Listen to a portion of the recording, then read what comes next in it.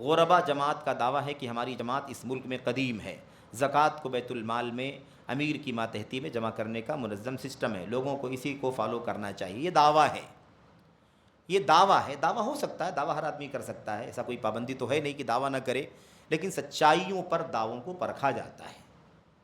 بھئی ابھی ہم تاریخ نکالیں گے تو معلوم پڑ جائے گا کہ غربا جماعت کی بنیاد کب پڑی ہے۔ تو یہ کیسے کوئی دعویٰ کر سکتا ہے کہ ہم سب سے پرانے ہیں؟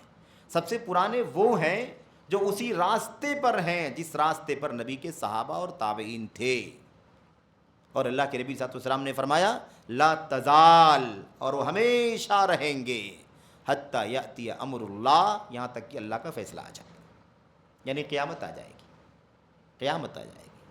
وہ ہے قدیم، کیسے آپ دعویٰ کر سکتے ہیں؟ کیسے دعویٰ کر سکتے ہیں؟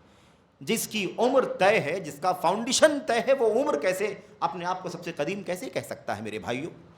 سب سے کب فاؤنڈ ہوا؟ جس کا فاؤنڈیشن وہ پرانا کیسے ہو سکتا ہے؟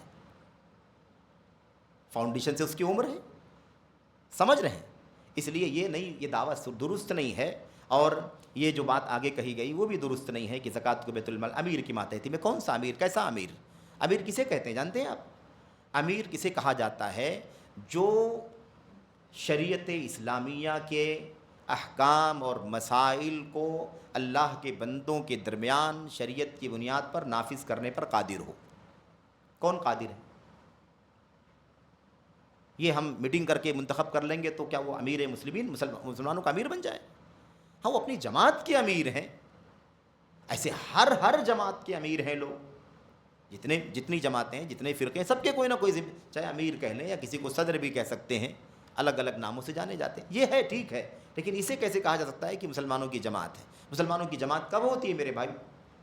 مسلمانوں کی جماعت کب ہوتی؟ کون سا اختیار ہے جماعت غربا کے امیر صاحب کو؟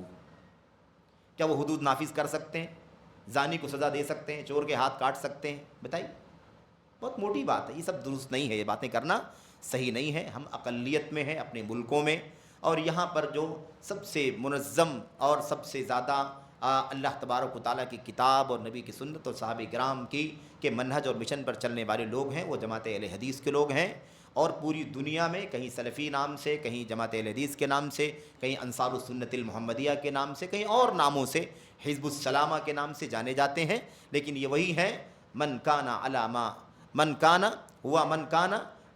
انا علیہ اليوم واصحابی، یہ وہی لوگ ہیں جو ہمیشہ اسی راستے پر چلتے رہیں گے جس پر آج میں اور میرے صحابہ چل رہے ہیں۔ اس لیے یہ درست نہیں ہے، اور فالو کرنے کی بات کہنا بھی درست نہیں ہے۔